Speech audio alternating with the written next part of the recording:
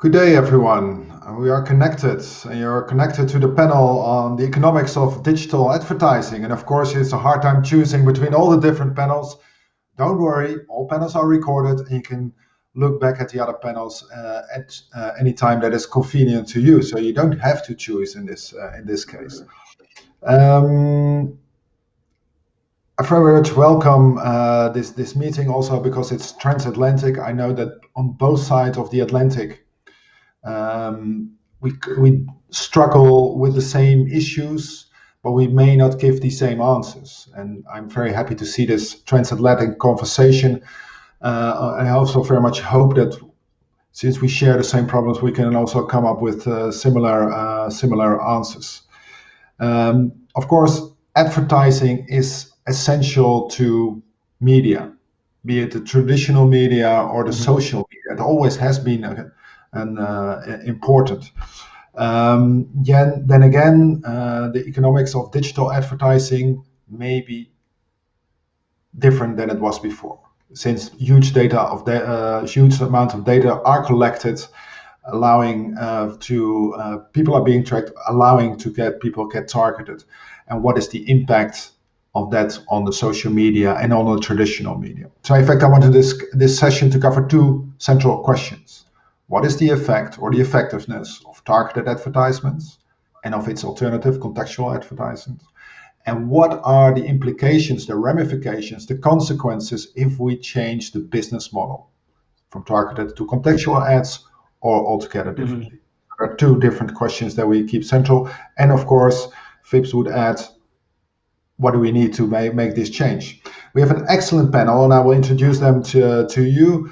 I start with Tim Hwang, who is a researcher and author of Subprime Attention Crisis. I also saw him described, by the way, as the busiest man on internet. Tim, later on you have to explain why that is. As the author of the Subprime Attention Crisis, a book about the bubble of online advertising, he's done many things because he's one of the busiest men on internet, and he's the former director of the Harvard MIT Ethics and Government of AI Initiative, and previously served as the global public policy lead for artificial intelligence and machine learning at Google. Then we have Vibhanshu Abhishek, who is an associate professor of information systems at the Paul Merage School of Business, University of California in Irvine, and his research focus on the effect of emerging technologies on consumer behavior, business strategy, and market structure.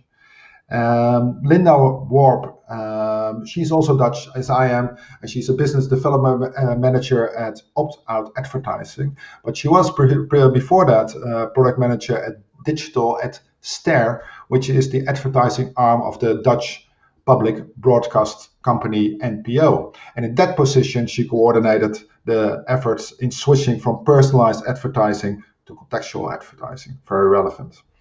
And there's a fourth speaker, which you don't see yet, but we'll give an introduction by video. And I think I've seen the video. It's highly interesting, highly relevant for this debate. And that is Angela Mills-Waite. She is and has been the executive director of the European Publishers Council since 1991. The European Publishers Council is a high-level group of chairmen and CEOs of leading European media corporations actively involved in multimedia markets like newspapers, magazine, book journals, and so on and so on. Very into the introduction. Let me introduce myself before we start. I'm Paul Tang, member of the European Parliament since 2014. I'm an economist by training, so every time when I feel more comfortable when economics is in the title of a panel. The economics of digital advertising is, however, a bit more complex, so I'm very looking forward to this discussion. I've also been in national parliament at the time of the financial crisis, and I see also there is an similarity in edtech and banking, in that sense that we then saw business models in which the private sector could reap the benefits, but the risks were for the society at large. And I have the feeling and that a similar phenomenon we see nowadays when it comes to advertisement. Okay, And to be clear on this, because that's important for the viewers, I'm also actively working on in the digital area, for example, currently on the Digital Market Act. And I've been one of the first in the European Parliament to speak out against targeted ads. But as a moderator, I want to hear all sides of the debate. And therefore, we start with a video of Angela Mills-Waite, and then we go to the speakers that are live with us, Tim, Phipps, and Linda. Okay, but could you please start as a kickoff of this discussion, the video by Angela Mills-Waite? Please pay close attention. Advertising is all around us because it plays a vital role in competitive economies for businesses who compete with each other, helping new brands to emerge and challenge market leaders, and of course for consumers to glean key information about a brand or a service that they're interested in. Quite often, it also entertains us. During the first lockdown, many advertisers largely stopped spending on media as key areas of our modern world ground to a halt. Publishers were heavily impacted and saw up to 80% falls in advertising revenues, and indeed some titles closed forever. So we see how advertising remains the lifeblood for press publishers, and in some cases is the only source of finance to provide editorial content, often provided for free at the point of access to consumers. All publishers are competing with the platforms for the same advertisers, but not on equal terms, because no one publisher, or indeed a group of publishers, can ever compete with the amount of and the granularity of data collected by the platforms. So does the EPC believe everything works perfectly? No, we don't, and we do think some changes are needed. And indeed, we share many of the concerns expressed by members of the European Parliament about how data is collected by gatekeeping platforms, by the lack of transparency to users about how data is processed, and very concerned about enforcement, or should I say lack of enforcement, of existing data protection laws on the gatekeeping platforms. But restricting or banning advertising just will not deal with the concerns that have been expressed, and indeed will have a dire consequence on media revenues and diversity, while rather ironically doing little or nothing to change the underlying data collection and usage by the gatekeepers. First of all, this is because a ban will further distort competition in favour of gatekeepers. Worse, a ban will not really touch the gatekeepers at all, because they've built their extensive ecosystems which reach massive audiences through a range of popular products and services that are interdependent and complement one another, including their core platforms from which they collect very granular data directly from the users, often as part of their terms and conditions of use. This means gatekeepers will retain their dominant position in the advertising ecosystem to the further detriment of the media, as platforms will continue to collect more and superior data than any publisher will ever be able to do. If a ban goes through, gatekeepers will be offering contextual advertising in direct competition with the traditional media. And because of their superior data and insights, with access to their logged-in users, gatekeepers will exploit their dominant positions yet further to offer the advertisers the consumers which match their data contextually.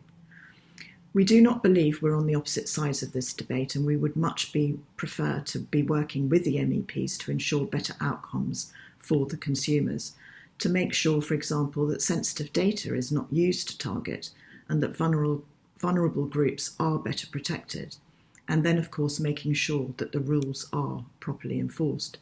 Transparency for consumers and much clearer choices for consumers are a prerequisite for privacy-respectful advertising, especially around which entities are involved in the delivery of an advertisement. And the Media and Advertising Self-Regulatory Body, the European Digital Advertising Alliance, is working on this right now. I'd really ask you to consider the harmful impact of banning targeted advertising on competition and on the media specifically.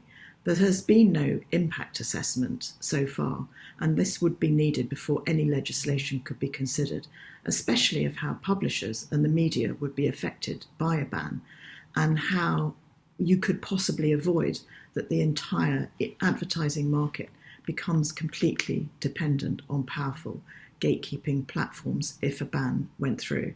I'm really sorry I can't be here with you in person to debate these important points on this panel, but please do feel free to get in touch with me directly if you would like to follow up on any of these points that I've raised today. Thank you. And I would like to say thank you, Angela, and I will certainly be in touch with you. She's, of course, referring to that part of the European Parliament which already advocates a ban on targeted ads. Now, she also says there is not made an impact assessment on a ban of targeted ads. But then again, there has been no impact assessment on introducing targeted ads. Tim, how do you see the development of the technology of targeted ads and the evolution in the ad tech ecosystem?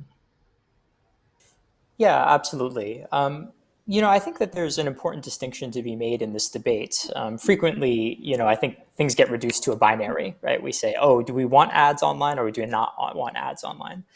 And I do think that tends to mask the level of complexity that exists in this ecosystem. And we do really need to make a distinction, right, between sort of programmatic advertising, right, the kinds of advertising that are really sort of like the sort of most popular and sort of biggest fraction of online advertising, and other forms of advertising that sort of also exist in this ecosystem. And I think one of the points that I would debate is really that, I think the question isn't necessarily whether or not we want advertising. The question is whether or not the particular form of distributing and selling sort of attention effectively is both effective, right? Does it actually work? But then does it actually align with our values, right? Do we want to have a monetization ecosystem for the internet, right? Which is a monoculture, and B, comes with a slew of sort of privacy impacts that we might really be concerned about. And so I think, my initial reaction in thinking about the evolution of this ecosystem is that we're really talking about how advertising should be done, really rather than the straw man of whether or not advertising should or should not exist online. And can you sort of expand a bit on that further? How do you see what is the effectiveness of the current system, and how would you like to see it change? Sure, absolutely. On the question of effectiveness, I think just to set the terms of debate, I don't think anyone debates that some ads are effective some of the time, right? But the question is whether or not, as far as programmatic advertising goes, whether or not that is the representative case, right? Are most of the ads that are sold and distributed on a day-to-day basis online truly sort of effective? And in my personal position is no, actually, that we've been sort of sold a dream of this hyper-targeted, incredibly effective form of advertising distribution. But it really largely is not the case. And it's largely not the case for a couple different reasons, right? For one, there's a question about whether or not ads are being delivered to people at all, right? So some metrics suggest that 56% of all ad dollars spent in this programmatic ad ecosystem is lost to fraud, right? That's either presented to a bot, right, or presented to someone who's to click on those ads. Second thing is even if we reach a person, there's a question about whether or not the data we have about them is relevant at all, right? You may be targeting a man 25 to 35 who lives in Germany. You may think you're doing that, but actually you're turning to target, a woman 18 to 25 actually in the US. And that happens routinely. Some studies show anywhere from a quarter of all marketing data to almost 60% of marketing data is inaccurate, right? You're not actually communicating with the person that you think you're communicating with. And then a final point, right, is just a question of whether or not, if you get to a person, your data about them is correct, whether or not that ad is actually influential on their behavior at all. And by and large, we've actually seen the effectiveness of advertising decline by a factor of 100, right, over the last 10, 20 years or so. And so I think there are very real questions about whether or not the system does anything like what we've been promised, and whether or not both the critics and the optimists are actually a little bit wrong about the effectiveness of this system. Okay. Thank you. Vibs, and we decided for the viewers that we decided to use our first names. We are on a first name basis. Vibs, you're doing research in particular area on targeted ads, but also on contextual ads, I believe. What are your findings? Yes. What is your view on this? So I have a slightly different. So I agree with a lot of what Tim said, which is there is a lot of lack of transparency in this market. Data are siloed, and typically companies like the Facebooks and the Googles of the world have access to a majority of the data which they don't readily make available to either advertisers or policymakers.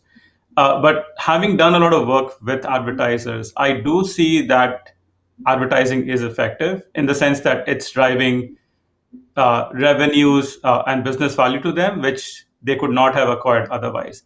However, I think that goes with, I think there's a level, right? So there are some companies that are smaller that really benefit a lot from advertising because this is the only way for them to actually put their names out there and get dollars into the company, right? And of course, I think there are issues with how good is the data, but the fact of the matter is all these models we have, machine learning models trained on data, even noisy data, they are able to generate good returns on that. However, I think when you look at much bigger companies that have a bigger brand name, the results are not as obvious. So there's a really interesting study on eBay by some folks at Berkeley that looks at how, like, does eBay actually benefit from advertising? And the answer is no. Like, if they stopped advertising completely, they would they would still not lose any business. So I think sort of the reality from the advertiser perspective lies somewhere in between. I think it's effective for a lot of the small and medium-sized businesses. It might not be as effective for the big companies. I think the other sort of challenge there is when we look at, this is a very complex problem, right? Technically, you have consumers who want to buy stuff, and then there are millions of merchants who want to sell stuff to them. How do you do that matching? And definitely, I think as a statistician or as an economist, right, we need to have data to make this market work. And the better data you have, the better you can make the market work. However, I think what my research has shown and research of some other people has shown is what's very effective in this case is behavioral targeting, right? So looking at what consumers are doing on different websites, which products have they bought in the past, which products are they looking at. I think that is the single biggest indicator of what they're going to buy in the future. And this is something that people in traditional advertising have known forever, right? They've sort of looked at correlation patterns for what TV programs do people watch and what do they buy in store. And then they try to reach out to similar audiences. And I think the same thing sort of translates online, where your behavior is really a representative of what you're going to do. And factors like demographic might not be as important. Of course, I think they are important. Women behave differently than men, for example. And I think the system works. I think the question is how much, like, at what cost does the system work? And I think going back to what Tim said earlier,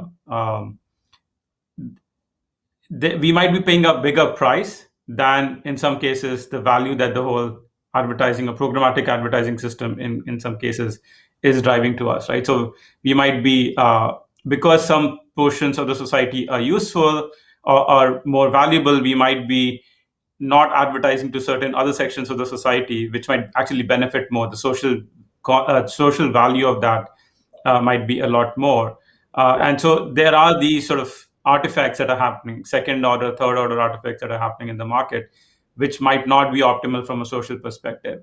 And we haven't, as companies or as societies, looked at what are some of these ramifications of sort of this very targeted advertising. The second piece of this, which is focused on some of the research that I have been doing, is let's assume that a lot of value is being created. How much of that value is being captured by different participants, right? Is it better for advertisers?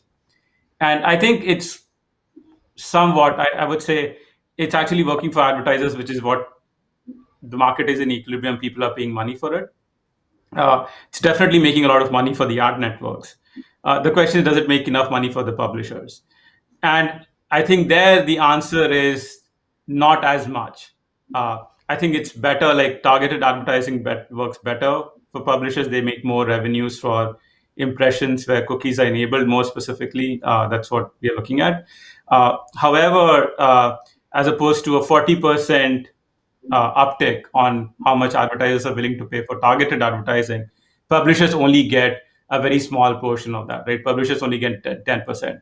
And we're sort of calling this ad tax, right? So advertisers are willing to pay more, but publishers don't get as much more for targeted ads.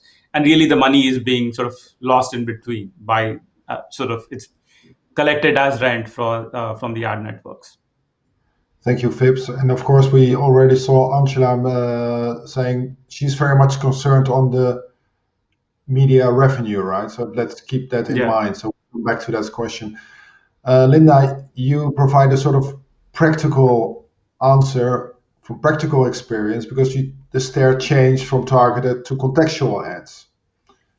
Do you see? Yeah, that's are you correct. familiar with the concerns that were expressed by Angela, and how would you rebut those questions, her concerns? Well, first of all, of course, I totally agree with Angela by saying that advertisements are very important in the current environment. And it makes sure that all news is available for everyone, and it helps sustaining the freedom of speech and of editorial independency, of course.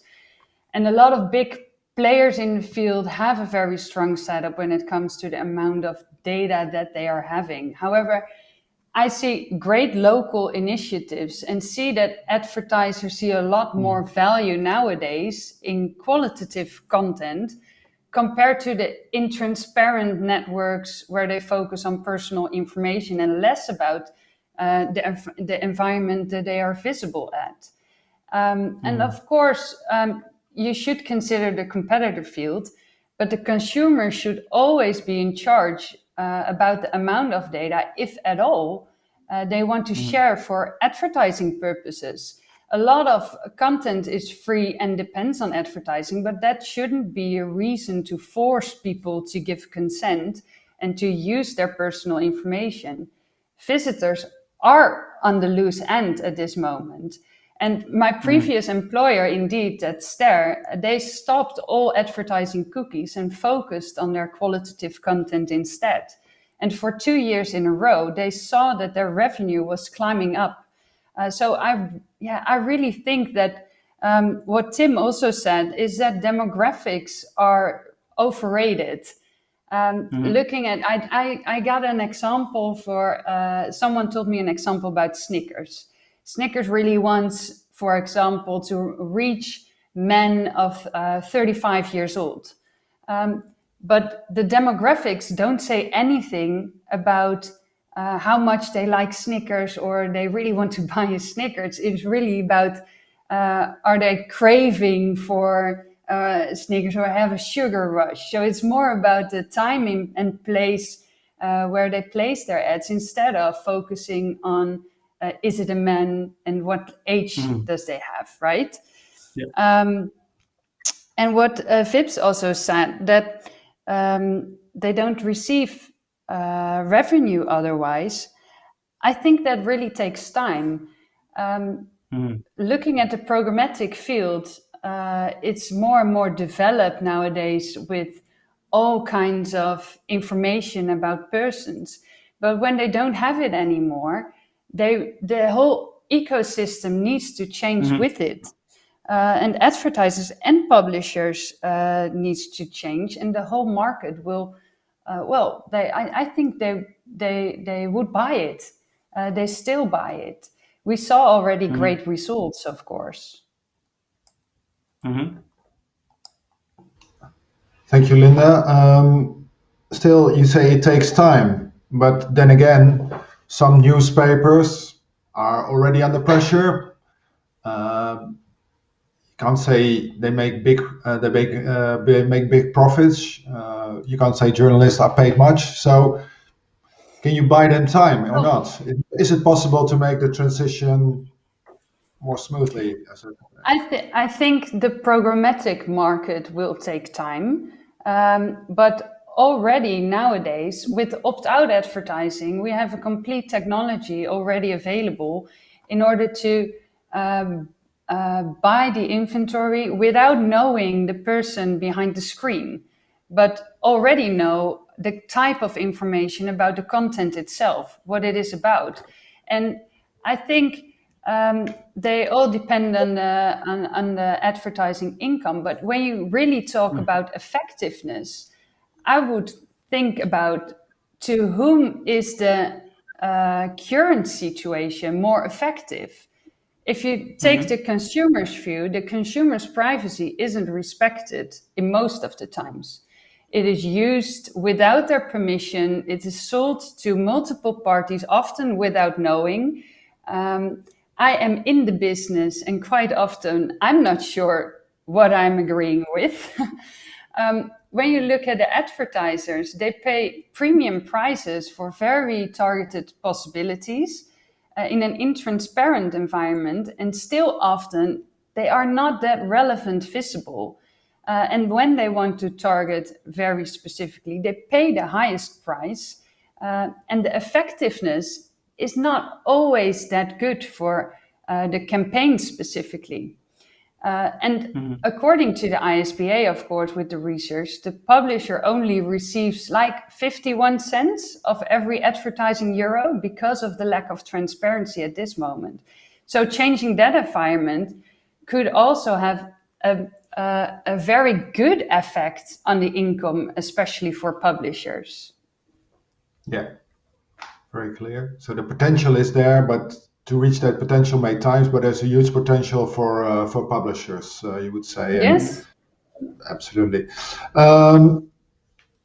Tim, if you would think about changes, what would the changes that you would bring forward? You already mentioned that we currently have maybe an advertising ecosystem that is not in line with our values. Can you explain a bit what you have in mind with those values and how you would bring the advertising ecosystem more in line with those values? Sure, definitely. And I mean, this actually picks up on the comments that were just made. I mean, I see this in some ways as this very interesting question of essentially how quickly can we change norms in the marketplace? And by that, I really mean two types of norms, sort of the norms of ad buyers, and then the norms of the sort of reading public, right? The media consuming public. For advertisers, I think it's a question of, can we make the case, can we change the norms around the relative value, right, of sort of targeted programmatic advertising versus contextual advertising? And I think that there is this really big battle to show that contextual advertising, once you really look at it, right, is both potentially cheaper and more effective. And so it actually makes business sense to go in this direction. But I think right now there's a lot of perverse incentives that prevent the market from moving action. One of them is really about the transparency of the data that's available. There's a lot of obscurity in the marketplace, which makes it very difficult for the market to adjust. I think the second one is really about sort of the norms of consumers, right? Because the question is, okay, do you want to pay for media? Is your mental cost of media, money that you take out of your pocket, or are you okay with sort of this sort of free but ad-based model? And I think there's a battle there too, right? Which is, how do we actually change the norms so that people would be willing to evaluate the cost of media as more than just free, right? And I guess to your point, right, there's a question of, okay, what can the law do? If we're going to regulate, we're going to create changes. What kinds of changes will create the fastest change in those norms, right? And I think we can have a lot of interesting debates about that. I do think one of them is really a question about sort of more transparency in the ad markets. Publishers, I think, know that they're getting a bad deal. But I think it's very difficult in sometimes to figure out whether or not this specific campaign that I was involved in, that I as a publisher got ripped off for it. And I think the market doesn't really have good incentives to have adequate transparency. And I think this is a place where I think the law can play a role to say, look, if you were an ad tech provider, you do have to provide some level of transparency, because my bet sort of is, if we knew the whole truth about these markets, ad buyers would be evaluating the difference between contextual and targeted quite differently than they do right now. Phipps, would you like to add to this? Yeah, I think so I think going back to what Tim said earlier, right? What I would start from the consumer value system, right, or our societal value system, and this also touches a little bit upon what Linda said earlier. Like, personally, as someone who has sort of spent probably more than a decade in this field, and I've sort of seen this from very different perspectives. I think from a consumer perspective, what's very important, I think advertising, we appreciate to some extent the advertising we see, but we really want to have control on the data that is being used to send ads to us, whether it's through contextual advertising or targeted advertising. I think as consumers, we need to give, or as policymakers, we need to give control back to consumers to sort of say, this is the data that I want to be used for targeting ads to me and or showing ads to me, and these other pieces of my life I don't want to expose. And as someone who has sort of also been on the ad buying side, working with a few of the advertisers, it's really scary the amount of data that's available on a specific consumer, right? I'm even surprised that we don't sort of see instances of really adverse outcomes of advertising, because I can go back and for all of you figure out exactly, going back 10 years, which websites you visited, which products you bought, and that's very, very scary. And so I think the first thing we need, whatever the ecosystem is, I think we need to start giving control back to the consumers. And I think, touching upon what Linda said earlier, contextual advertising might be a way to go there, where I can, if there is an intermediary where I can go and say, okay, I'm willing to see ads for these products, these are my characteristics, send me an offer for these. I'm in a market for a camera, I want people to send me offers for a camera, right? And I think this is what we call typically first party advertising, right? Where I'm actually soliciting advertising for specific types of items or products.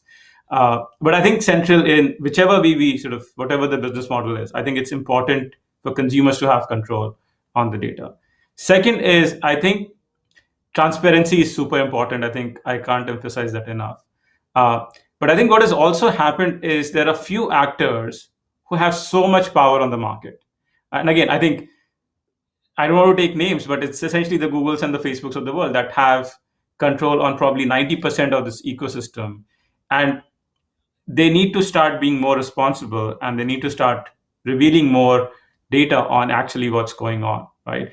And like even something very basic as the calculating the effectiveness of an advertising campaign requires a few PhDs because it's so complicated. So I think we need to go back to simpler, more transparent systems that actually allow people to check what data is being available on them.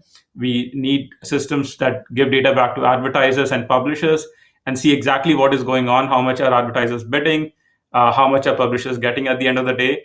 And then people can do this counterfactual analysis for themselves, right? What type of advertising really works and what does not work. And I'm sure that there will be different business models that emerge from there, but I feel that consumer privacy and consumer control and more transparency should be at the core of whatever system comes up from here on. Okay, thank you. And I think Tim and Phipps have similar approaches to transparency is one element, right? It's very important to see what the publishers get or what the advertisers get for their money, but also the change on the consumer side. Linda, would you like to add to that? But what can you also go into, Linda?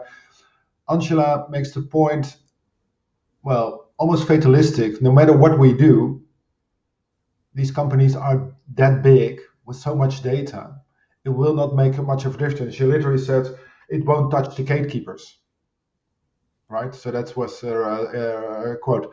So what would you like to add to Tim and Phipps as a first step? What should we do to change the system and bring it more in line with our values?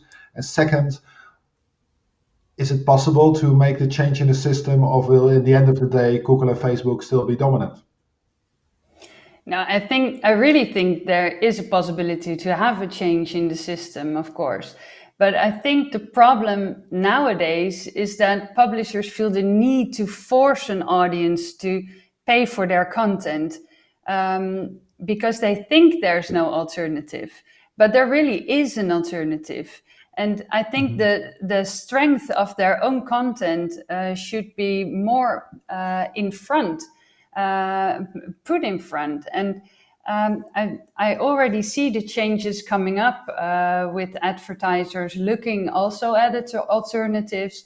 not using any cookie-related data, more focusing on local initiatives, but also contextual initiatives. And I think that when it is regulated and you can't force visitors anymore to give consent, a change will be necessary for the complete market. So that's what I also meant by it takes time. When it isn't regulated, all publishers will do the same, right? But when everyone is being forced that the consumer should be put first and they will have the choice and you really need to listen to that choice, then you will search and implement alternatives even faster.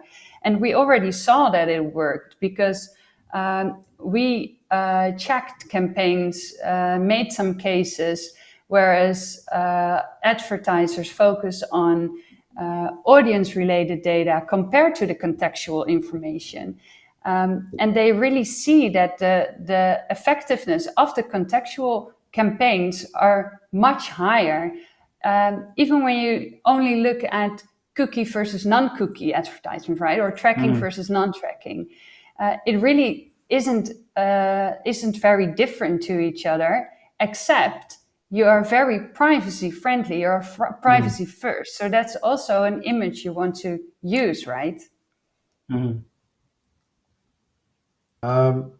So what we hear in this session, of course, advertisement is part of our business life, so you might say.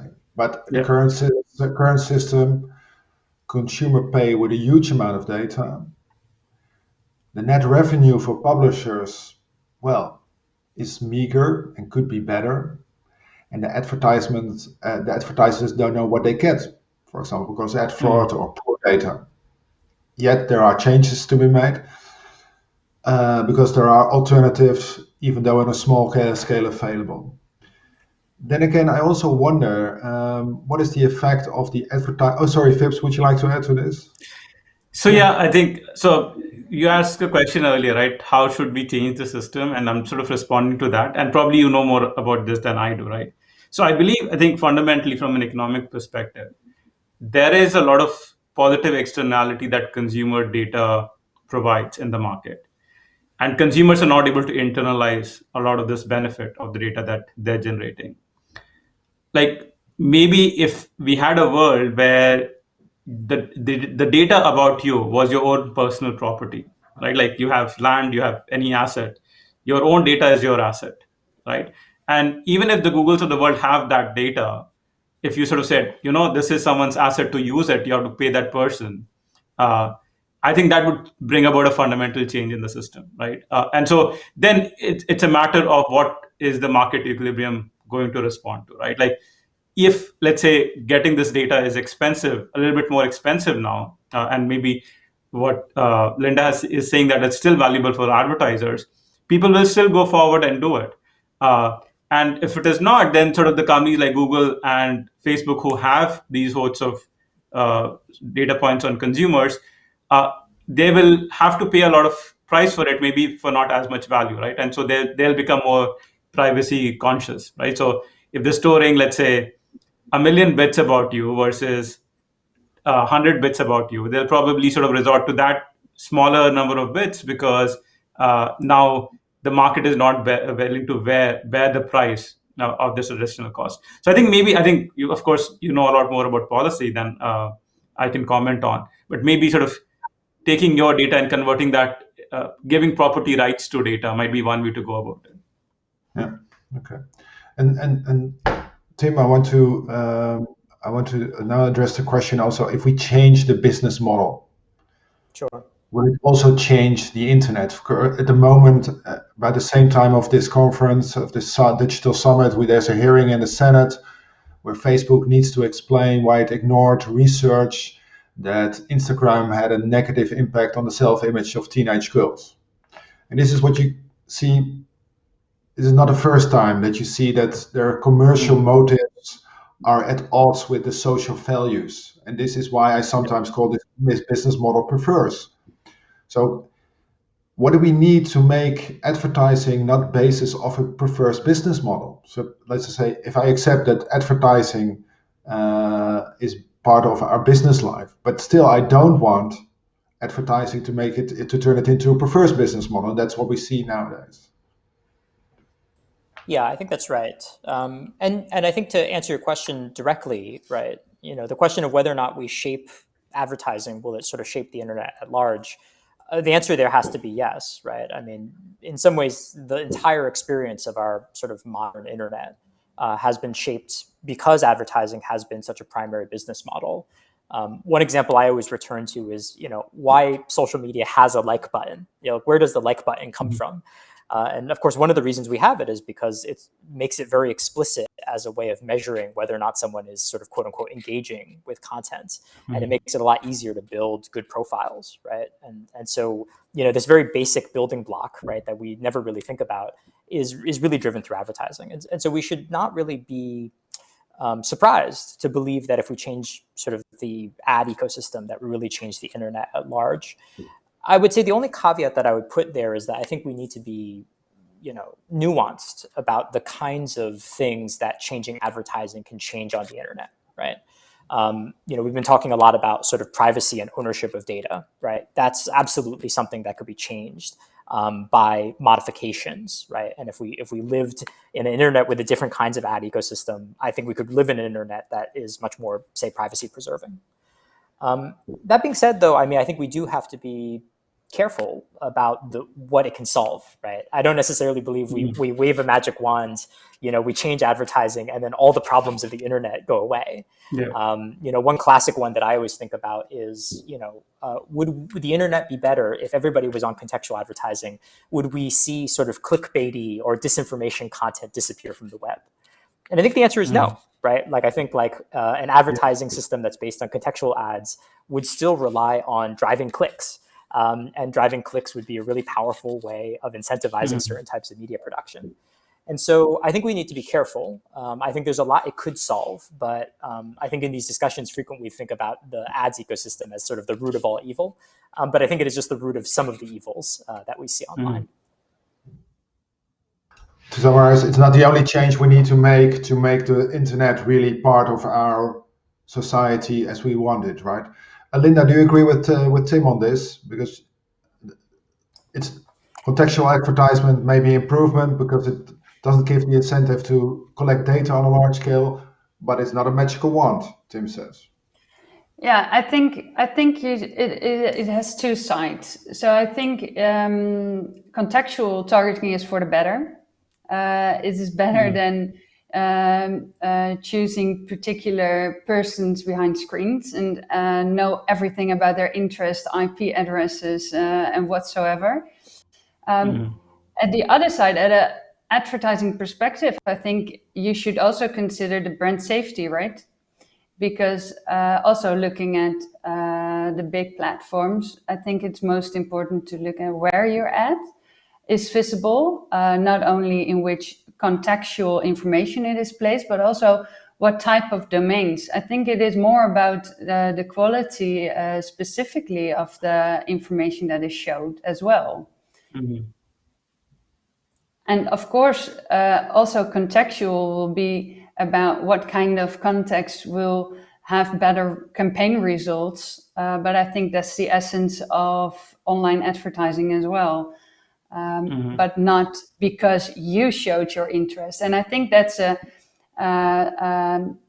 big. I think that is already something that is going wrong nowadays when you do have all the types of information, and it isn't that effective. When I am looking for a holiday, of course, I am interested in going on a holiday.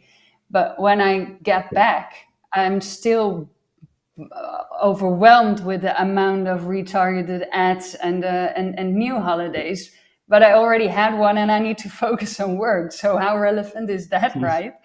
So I think the type of personalized information that is now used isn't that strong as well. Yeah, thank you, Linda. And I think what the viewer should I hope that the viewer this discussion is useful. For me, it is, because it makes several distinctions. But what you also see in this discussion, and which I find sometimes a bit scary, is that there's a close connection between the tech companies, the publishers, and advertisers, right? Because the interests started to align, or you see the publishers say, well, be careful with the changes, because, and they also align because what you see is embedded employees of Google and Facebook at advertisers and publishers. So I'm not always afraid about the lobby of Google and Facebook, but also the indirect lobby for them through publishers and advertisers. Having said that, I would like to take some questions from the public. I see here. Can we make it by Bibi? By Bibi, I'm not sure who Bibi is, but can we make it a responsibility of AgTech to prove or show what the effect is? If they promise a certain effect, they should explain what is actually working and what the money spent for. And that's much related to the transparency, in this case, in the direction of the advertisers. How do we improve the position of advertisers? Is this probably a question for Tim or Phipps? Who would like to take the floor on this? Sure, I'm happy to jump in. Okay. This goes back to actually something we were talking about earlier, which is I think that there's not only, when we talk about transparency, there's not only a data gap, right, which is do we have access to the data, but there is also what you might call an analysis gap, right? Can we understand what the data is trying to tell us? One of the really interesting results comes out of a paper from Garrett Johnson over at BU, which basically makes the argument that, look, advertising works, but the effect is so small and you have to take so many observations that it's very, very expensive to conduct what's known as sort of causal experiments, right? To really know that your ad was delivered and caused someone to buy something, right? And the end result is that in private industry, no one ever invests the money to actually conduct a good experiment, right? To actually understand whether or not these ads work at all. And so I do think that, again, this is another form of market failure, right? And we can ask the question of whether or not sort of like, an independent agency should be responsible for running these causal experiments, or if we want to put the burden on industry itself. But I do think that you could make the argument that, and I would agree with this argument, that essentially that there's just not strong enough incentives to do the good empirical work that we need to answer some of these questions. And that analysis gap actually makes a lot of these conversations very difficult to evaluate, and I think actually benefits a lot of the bad actors in the space. I sort of, I agree with what Tim is saying, right? I think it definitely so I'm quite aware of Garrett's paper and also a lot of the other work that's gone on in this area, right? It really shows that finding, in fact, a lot of my work is on attribution, and it's so problematic to find out what really caused people to click and buy on ads.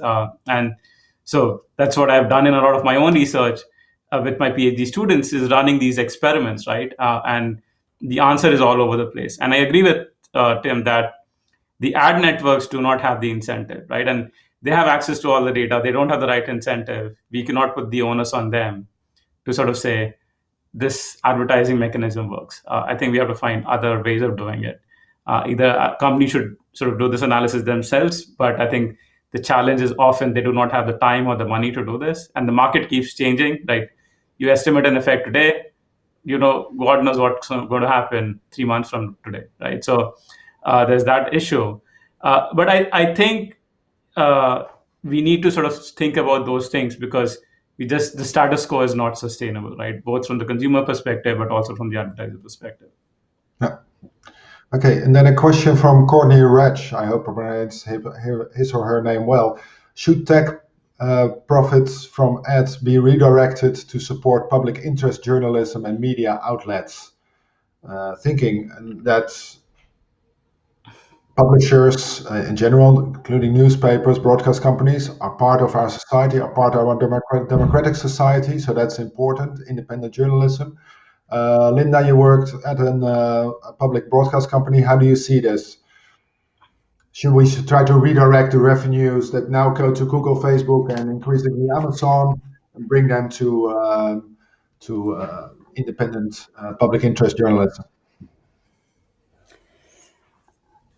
Yeah, that would be great, right?